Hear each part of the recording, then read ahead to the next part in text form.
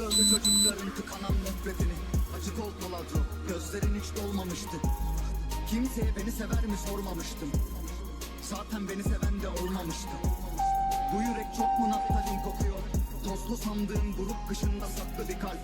Kapımı çaldı bugün postacı, farklı bir tat. Evleniyoruz, yazılı elimde toplu bir kart. Açıkça düşüyorum, anne ne olur kalk. Bu gece üşüyorum çok, kan akıyor. Bu sevda sırtıma ok, ağırlığını bilemezsin. Acının bozkırı yok.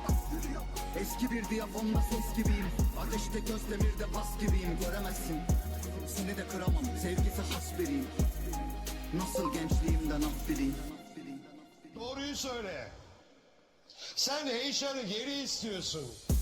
Gene